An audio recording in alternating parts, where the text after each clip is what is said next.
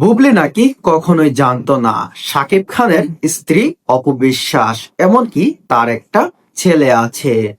যখন শবনম ইয়াসমিন বুবলি এই কথাটা জানতে পারেন যে মেগাস্টার শাকিব খানের বউ তো আছে, সাথে একটা বাচ্চাও আছে, এই কথা শোনার পর নাকি শবনম ইয়াসমিন বুবলি মাথা ঘুরিয়ে পড়ে যান।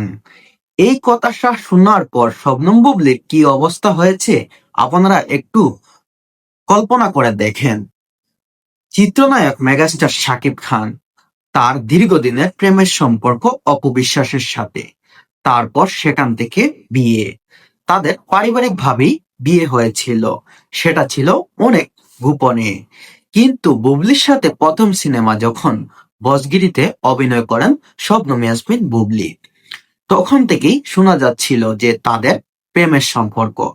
কিন্তু পরবর্তীতে কয়েকটা সিনেমায় অভিনয় করার পর বুবলি হঠাৎ করে সিনেমা ইন্ডাস্ট্রি থেকে গায়েব হয়ে যান।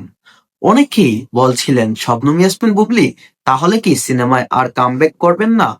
তারপর 2020-এর দিকে তখন শবনম ইয়াসমিন বুবলি হঠাৎ করে, যখন শাকিব খানের পুত্র আব্রাহাম খান জয়ের যেই দিন জন্মদিন ছিল, সেই দিন তিনি সন্তান নিয়ে হাজির হন মিডিয়ার সামনে। আর সেখানে তিনি প্রশ্ন তুলেছিলেন শাকিব খানের ছেলে নাকি শেহজাদ খান বীর। তখন মেগাস্টার শাকিব খান, তাকে আমরা প্রথমেই দেখেছিলাম সে শবনম ইয়াসমিন সরি অপবিশ্বাসের ছেলেকেও প্রথমে অস্বীকার করেছিল, কিন্তু শবনম বুবলির ছেলেকেও তিনি অস্বীকার করেন প্রথমে।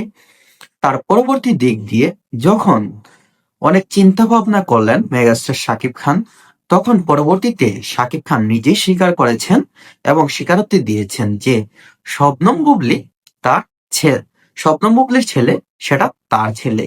কিন্তু স্ত্রী হিসাবে শবনম বুবলিকে গ্রহণ করে নেননি মেগাস্টার শাকিব।